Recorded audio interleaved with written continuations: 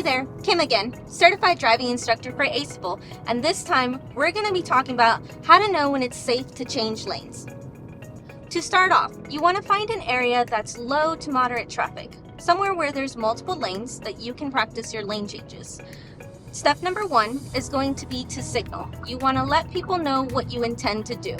That way, they can make their decision about whether they are going to keep going or let you in. If it's not safe, then do not do it.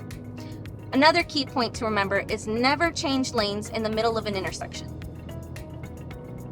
Looks like we're going to have the chance now. So let's go ahead and try to make a lane change. We start with a signal, check your center mirror, check your side mirror, and do a blind spot check. The reason we check blind spots is to make sure that there are no cars there, and you can see his headlights in your rearview mirror make the change. You want to stay gradual, no sudden movements, and also do not change your speed. Now, there's some things to remember. If you see a solid white line, it is unsafe to lane change over those. In most places, it is illegal. That's it. Now you know how to make lane changes. Just remember, use your turn signals, make sure you have an open space, check those blind spots, and if you're not sure, don't do it. But I know you got this.